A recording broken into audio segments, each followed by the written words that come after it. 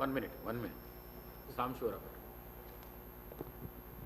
Sir, ఆర్టీసీకి సంబంధించి విద్యుత్ బస్సులు ప్రవేశీకరణకు సంబంధించి చర్చ జరుగుతూ ఉంది. ప్రశ్న, ఈ సందర్భంగా ఆర్టీసీ కార్మికులు తీవ్రమైనటువంటి మనోవేదనకు గురై ఉన్నారు. ముఖ్యంగా ఈ విద్యుత్ వాహనాల పేరుతో ఆర్టీసీ డిపోలు కూడా వాళ్ళకి ఇచ్చేస్తారనేటువంటి ఒక ఆలోచనలో కూడా ఉన్నారు. ఒకటి.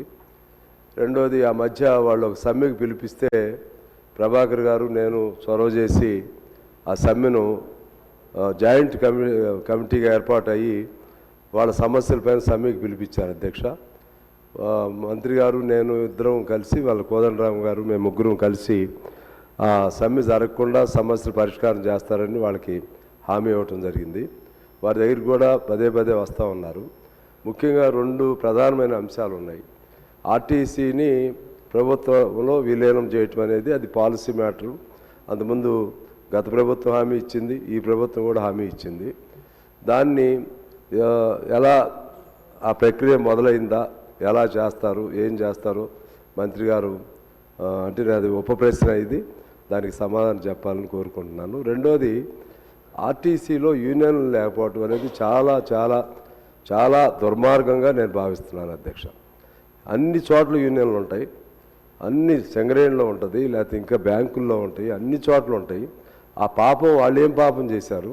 వాళ్ళకి కనీసం మినిమం వేజ్ కూడా రానంత జీతాలతో పనిచేస్తారు. వాళ్ళు రేయింబౌళ్ళు పనిచేస్తారు.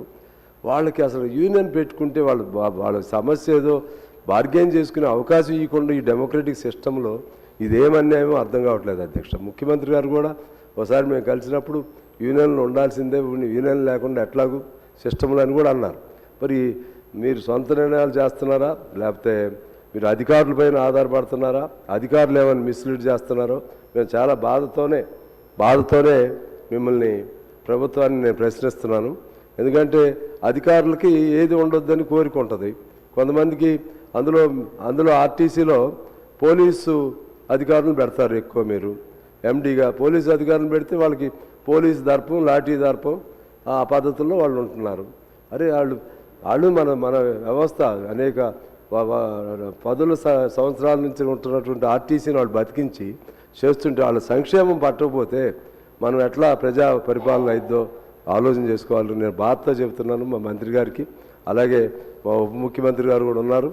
అలాగే ముఖ్యమంత్రి గారి దృష్టికి కూడా తీసుకెళ్ళాలి ఈ సమస్యను. ఎందుకంటే వాళ్ళ కోసం నేను 6 రోజులు అప్పట్లో కేసీఆర్ గారి ప్రభుత్వంలో 6 రోజులు నిరాదీక్ష చేశాను అధ్యక్ష. మా శ్రీనివాసరెడ్డి అని మా ఖమ్మంలో మా కళ్ళ ముందే చనిపోయాడు అధ్యక్ష. ఆర్టీసీ సమస్యలపైన చాలా ఇబ్బందులు ఉన్నారు వాళ్ళు. దయచేసి దానికి ఏదైనా పరిష్కారం చేయాలని మీ ద్వారా ప్రభుత్వాన్ని కోరుకుంటున్నాను. గౌరవ మంత్రి గారు.